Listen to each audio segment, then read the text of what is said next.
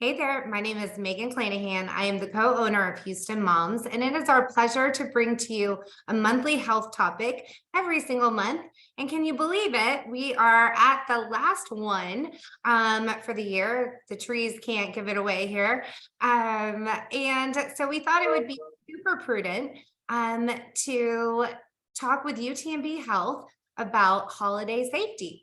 So while there's a lot of excitement in the air, there are also a lot of things that we need to stay mindful of during the holiday season. And so we have brought in an expert from UTMB Health, and they are our preferred provider for the Bay Area, League City, Galveston, Pearland, all of you down in the Southeast. And so today we have with us Dr. Naik, and she is going to talk to us a little bit today about holiday safety. Good morning. Good morning. Good morning. Thank you so much for having me.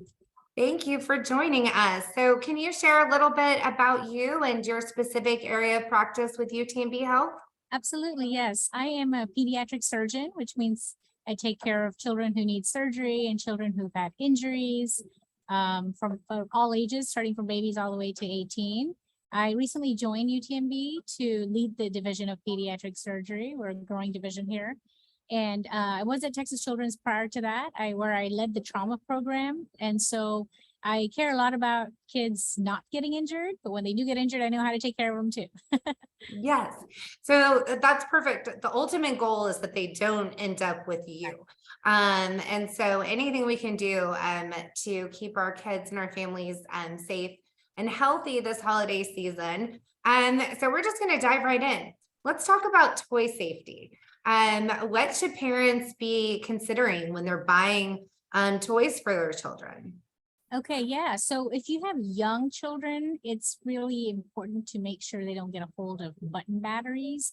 Button batteries look just like coins when they're swallowed, and sometimes we see kids who swallowed coins, and it can be really hard to tell if it's a coin or button battery. The big difference is that coins are pretty harmless. We can remove them, that they don't cause any harm, but button batteries can cause a hole. It can burn a hole in the esophagus. It can be very dangerous and life-threatening. And these days, the batteries are bigger, they're lithium-based, and they've become more dangerous. In fact, there was just recently a consumer product safety warning about them. Excuse me. So really important that kids don't get a hold of this. So if they have a toy that has button batteries in, just make sure it's not something that can be popped out and that they can get a hold of. The other ones are water beads. So water beads are these little beads that look like candy, basically. Mm-hmm. And they grow when you put them in water, like in a vase of water or something like that. Well, what happens is when kids swallow them, there's water in your intestine. And so they grow in your intestine and they cause intestinal blockages. And I've taken care of many kids who had blockages from these water beads that can be very, very dangerous, and they usually need surgery. The third one is magnets. So there's little magnets like in those buckyballs or just any toys with little magnets that can be swallowed. Magnets can be really dangerous. They can stick to each other inside the intestine and basically have 2 or 3 loops of intestine stuck to each other, which causes holes between them, leakage, needs surgery. Can be very, very dangerous. So those are the 3 big ones to keep especially your young kids away from. Okay, so the water beads, I didn't even think about them looking like candy. My kids are a little bit older. But I always see those and I'm like, man, those are so cool. Yeah, they're really dangerous. We can get them off the market, I think. I just had never thought of that. So great tip there. Anything parents should be thinking about as they're setting up toys? If we're playing, anyone's watching, like they're playing Santa the night before, anything we should be mindful of doing? Making sure they're not tripping over toys, or hiding toys in high places, because kids tend to find things and they may want to climb up to find them, things like that. And then, I'm sure just making sure we're putting them together per manufacturer's directions, Oh, right? yes. Yes. Because I know, like, I like to take I'm not an engineer. I leave that up to Mr. Claus. But so I would take shortcuts, and this Yeah. is not the time to be taking shortcuts on Right. And setting. make sure that there's no like little nails or pieces that, sometimes they give extra ones that are left behind that again, little kids like to swallow things. So Yeah. yeah, don't leave any of those things behind. I'm all for like hiring those like professional like assemblers, like the ones who do it as a job, and just let them take care of it, because I'm not a pro at doing any of that. I know, transitioning a little bit, a lot of families will be leaving the area and traveling with kids. And so what are your safety tips as it relates to airports and all those things? Sure. Well, the main one is car seats. So make sure that you're following the car seat regulations, which is children under age 2 to sit in a rear facing car seat, and then older than in a booster seat, really until they're, 4'9", I think is the latest regulations in Houston, which is basically almost my height. So my son is 9, for example, and I still make sure he sits in the back on a booster, and everyone gets upset with me. But it is important because the height difference is important because it's where the seat belt, the lap belt, crosses your belly. And so if it crosses at a higher than, right across the hips, it can cause injuries. If there's a car accident, the child will go like this, and it can cause injuries to the spleen, the pancreas, all sorts of internal organs that then may need surgery. So it can be, it can also cause spine injuries, which, and the worst ones can actually paralyze kids. So it is important to follow car seat regulations that are out there. And then regarding planes, wearing your seatbelt and all of those things, making sure that that kids aren't, running ahead and tripping and falling at the airport, and riding along on scooters and things like that they could slip and fall on. Those are the big ones that I could think of. I'm so glad you mentioned the car seat height thing. I also am a short statured person, and I'm raising 2 short statured, and they are 12, and we still are not 4'9". And Yeah. so,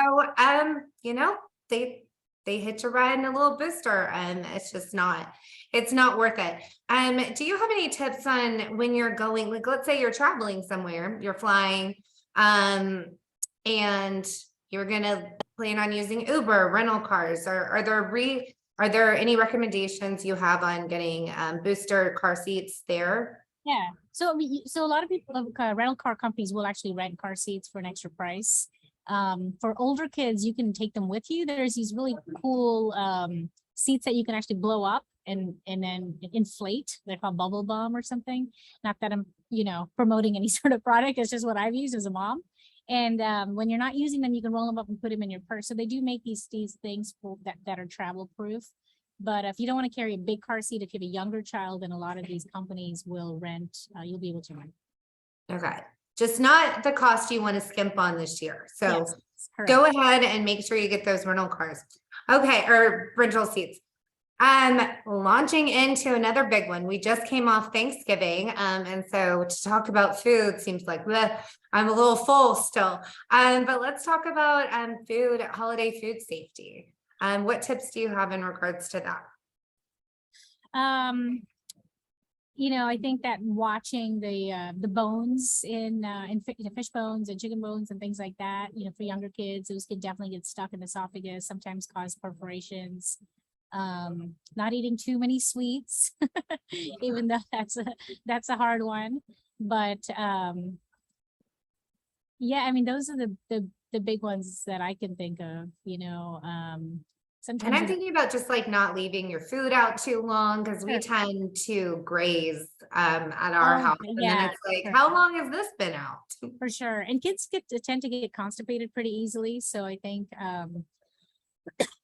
eating food that's not in your normal diet and eating a lot of it can cause problems with constipation when they get back home. You don't really want to deal with that. So. Yeah, well, I mean, anytime we change up the food, so lots of water too, and keep them hydrated. So, again, we have had a pretty horrific flu season Mhm. around Houston. Yeah. And so just thinking of like crowded airports and malls and all of the things, and obviously COVID's still around, and I think RSV, you could probably speak to that too. Oh, it's bad. Yeah. What are your recommendations to protect ourselves so we can stay healthy and enjoy the holidays? It's bad. I mean, I think that because of the pandemic, we've all learned how to protect ourselves from respiratory viruses. And so following those same recommendations is a good idea, not just to prevent COVID spread, but also to prevent flu and RSV. So masking, especially when in crowded, closed places such as planes or buses or trains, washing hands often or using alcohol wipes. So all of those things that we were forced to do during the pandemic, I think would still be a good idea to do, especially this season, given how bad all of those things. Our hospitals are full. They are completely full. We've had to transfer kids to the other day. We transferred kids all the way to San Antonio because every single ICU bed in Houston and Galveston is full. And so it's that bad. It really is. Okay, well, that will bring some things into perspective. And, especially we want to keep our kids safe, but then we also want to keep our elderly Yes. relatives that we, maybe haven't seen in a couple of years. And we think this is a safe year, and we still have to be mindful of their health too. Yeah, So and obviously getting vaccinated both for flu and for COVID is a great idea, especially if you're traveling. yeah, with you there. Thank you. Great tips on that. And then, obviously during holidays, we are maybe visiting relatives or friends and family who we don't often see. And we don't know what they have in their house. Mhm. So let's talk a little bit about gun safety and, how to protect our children and how to speak with them about, what might be at Aunt Yeah. Edna's house.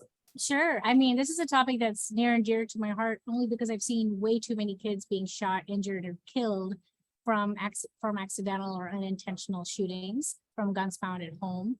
So no matter how much you could put your kids through a training class or tell them not to touch something, kids are curious, especially young kids and especially boys are curious. And if they see a loaded gun, the studies have shown that they will, take a look at it and often look down the barrel. Or if it's, just, you know, move it around and then it accidentally goes off. And so I think it's really important to obviously talk to your kids about not touching guns, that they're very dangerous. It's no different from a car. A car is dangerous, right? If a kid got in a car and turned it on, then that would not end well. So it's the same thing. The reason we keep our keys away from our children is the same thing that we should do with guns and with other things that are dangerous to them and to others if they get a hold of them. And so I think it's good practice to, if you're traveling somewhere, going to someone's home, to ask if they have, guns in the home, if they're safely secured, way in a locked cabinet or in a gun safe. Ideal if the ammunition is not with the gun and it's not loaded, that's even safer. And just hiding it is not enough because kids can find things and they can climb up on top of things to get things. So some people think it's safe if it's in the top of your closet. I would not recommend that, especially if it's loaded. So I think keeping it keeping it unloaded, locked, and in a safe, secure place that's ideally locked as well is the safest practice. So that I would, ask, just like you would ask about other things when you go to someone's home, like if they have a fence around the pool, or if kids have allergies, you could just roll that into the conversation, and then I think most people would not find that offensive. I think that's a great tip to kind of combine it with all of those things, like, hey, we're allergic to eggs around here, so just wanted to let you know. And then, by the way, because it can be sort of an uncomfortable conversation, but the hiding thing really spoke to me, because if you think about it, your kids are on the lookout for some gifts, right? So they are searching for gifts, and they will probably find your hiding spot for your gun. They're really good at finding things, really good at finding hidden things. So yeah, I talk to a lot of parents who say, well, there's no way my kid's going to find my gun. Or if they do, I've taught them not to not to use it. But sadly, those are the same parents that bring their kids in after they've been shot. So I think it's never a bad thing to be too safe. No, no, absolutely not. That is great advice. And we just kind of went through a lot of holiday safety, from food and toys and guns.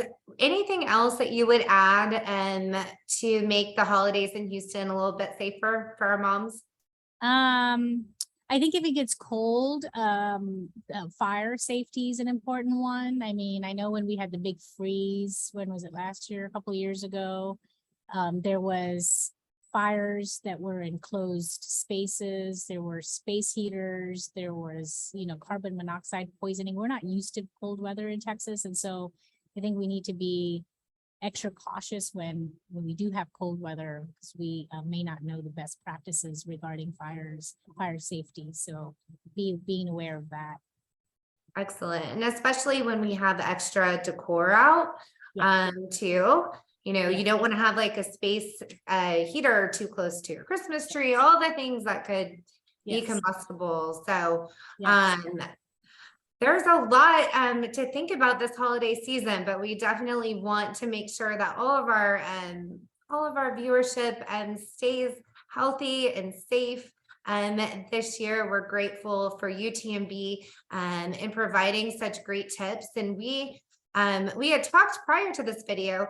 Safekids.org was a resource Dr. Naik had recommended. So we are going to drop that link in the comments below, along with some other helpful ones from UTMB. So you can check those out, and we'll summarize our biggest talking points from this video as well. So thank you so much for joining us today.